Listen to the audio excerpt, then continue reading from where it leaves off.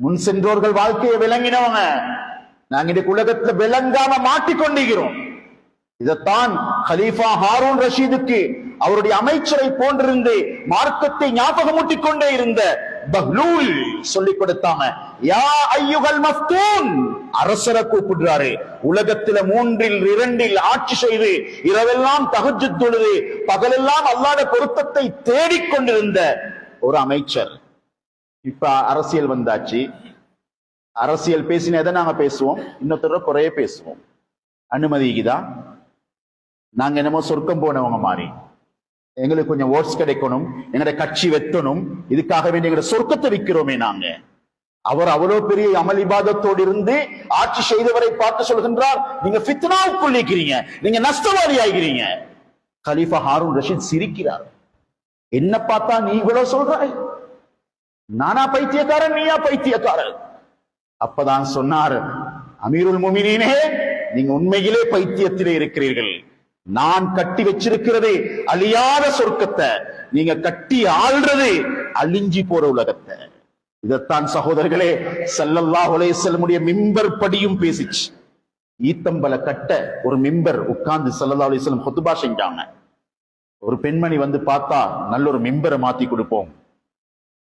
Uhud மலைக்கு பக்கத்தில் ஒரு காட்டுல போய் நல்ல மரத்தை வெட்டி கொண்டு வந்து அழகான ஒரு மிம்பர் அந்த காலத்துக்கு பொருத்தமான முறையில செய்யப்பட்டது. அதுல ஸல்லல்லாஹு அலைஹி வஸல்லம் உட்காருகின்றார்கள். அந்த ஈத்தம்பல கட்டை இறக்கி வைக்கப்பட்டது. அப்ப அந்த ஈத்தம்பல கட்டை அழத் தொடங்கியது. இருந்த சஹாபாக்கள் அதனுடைய அழகிய சத்தத்தை கேட்டாங்க. ஹன்ன ஹனீனல் இஷார், ஹன்ன ஹனீனல் இஷார், அழுதது ஈத்தம்பல கட்டை. அன்புக்குரிய அல்லாஹ்வின் நல்லடியார்களே, அருமை சகோதரர்களே, அந்த ஈத்தம்பல கட்டை அழுகிறது. ஸல்லல்லாஹு அலைஹி வஸல்லம் இறங்கி தட்டினாங்க. இன்றைக்கும் ரௌதத்துல் ஜன்னால அடையாளமிடப்பட்டு ஒரு தூண் இருக்கிறது. அந்த தூணுக்கு இருக்கக்கூடிய இடத்தில் தான் அந்த ஈத்தப்பழம் கட்டை புதைக்கப்பட்டிருக்கிறது. அந்த ஈத்தம்பல கட்டையிடம் ஸல்லல்லாஹு அலைஹி வஸல்லம் கேட்கின்றார்கள், நீ உலகிலே உன்னை பாவிக்கும் மிம்பராக நான் இருக்கவா?